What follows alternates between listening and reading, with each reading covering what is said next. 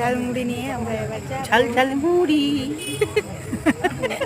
খেতে খুব সুন্দর। আমরা কোথায় যাচ্ছি সবাই? সিনেমা খাচ্ছি, ফুচকার আরাম আছে, সেই ফুচকা খেতে যাচ্ছি আমরা সবাই। আমার বন্ধু নাকি মৈত্রী আর গেনি।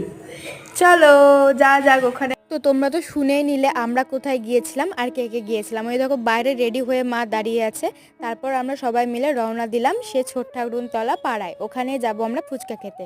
যাওয়ার পথে রাস্তায় দাদুর সঙ্গে দেখা হয়ে গেল। দাদুকে বাই বাই করে দিয়ে বললাম রেডি থাকো, তোমার জন্যও ফুচকা আনছি। দাদু কিন্তু ফুচকা খেতে খুব ভালোবাসে। এই দেখো ছোট ঠাকুর মায়ের মন্দিরটা, মন্দিরের সামনেই কিন্তু মিঠুন কাকা ফুচকার দোকানটা নিয়ে বসে।